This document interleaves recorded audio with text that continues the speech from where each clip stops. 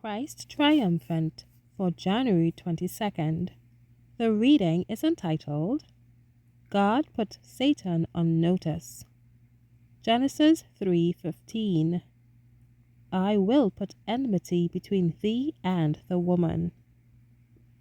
There is a strife between the forces of good and evil, between the loyal and the disloyal angels. Christ and Satan are not at an agreement, and they never will be. In every age, the true Church of God has engaged in decided warfare against satanic agencies. Until the controversy is ended, the struggle will go on between wicked angels and wicked people on the one side, and holy angels and true believers on the other. The battle that is raging will grow more fierce as the end approaches. Those who are in unity with satanic agencies are designated by the Lord as the children of darkness. There is not, and cannot be, a natural enmity between fallen angels and fallen humans. Both are evil. Through apostasy, both cherish evil sentiments. Wicked angels and wicked people are leagued in a desperate confederacy against the good. Satan knew that if he could induce the human race, as he had induced angels, to unite with him in his rebellion, he would have a strong force with which to carry on his rebellion. In the hosts of evil there is jarring and discord, but they are all firm allies in fighting against heaven.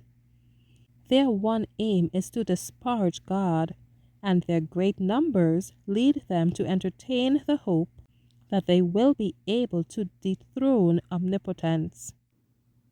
When Adam and Eve were placed in the Garden of Eden, they were innocent and sinless, in perfect harmony with God. Enmity had no natural existence in their hearts, but when they transgressed, their nature was no longer sinless.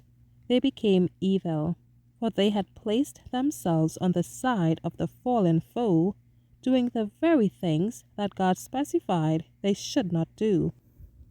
Had there been no interference on the part of God, fallen humans would have formed a firm alliance with Satan against heaven. But when the words were spoken, I will put enmity between thee and the woman, and between thy seed and her seed, it shall bruise thy head, and thou shalt bruise his heel.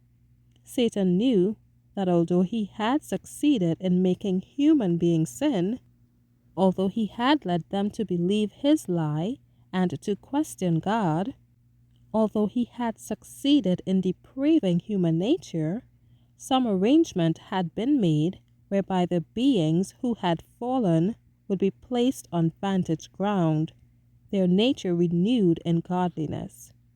He saw that his actions in tempting them would react upon himself, and that he would be placed where he could not become conqueror.